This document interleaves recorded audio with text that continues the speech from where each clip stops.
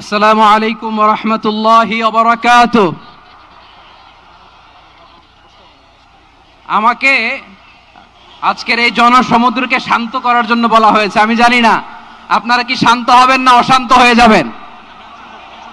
প্রিয় সুধী, মার্চ করতে যে লাথি গুতা ঠেলা উষ্টা সব আমরা খেয়েছি, তারপরেও আজকের এই সোহরাওয়ার্দী উদ্যানের এই গণজামায়াতে, এই জনতার মহাসমুদ্রে উপস্থিত হয়ে আমরা বুঝতে পেরেছি আজকের এই মহাসমুদ্র, জনসমুদ্র ফিলিস্তিনের প্রতি, আল আকসার প্রতি বাংলাদেশের জনগণের ভালোবাসার বহিঃপ্রকাশ।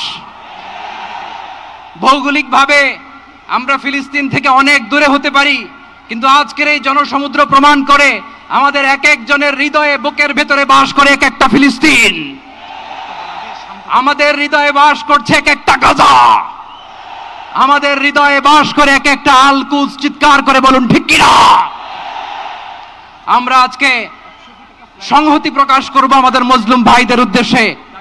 এক আওয়াজে আমাদের কণ্ঠকে উচ্চকিত করে অতিথি থেকে শুরু করে অডিয়েন্সের সবাই আল্লাহু আকবার ধ্বনি দিয়ে সোহরাওয়ার্দী উদ্যানের এই ময়দানকে আমরা কাঁপাতে রাজি আছি না নাই? নারায়ে তাকবীর, নারায়ে তাকবীর। দিন ইসলাম, দিন ইসলাম।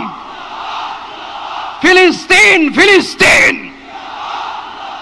আল কুদুস, আল কুদুস।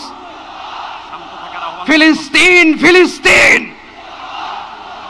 আল কুদুস, আল কুদুস। আমার ভাই শহীদ কেন? জাতিসংঘ জবাব চায়। গাজায় গণহত্যা কেন?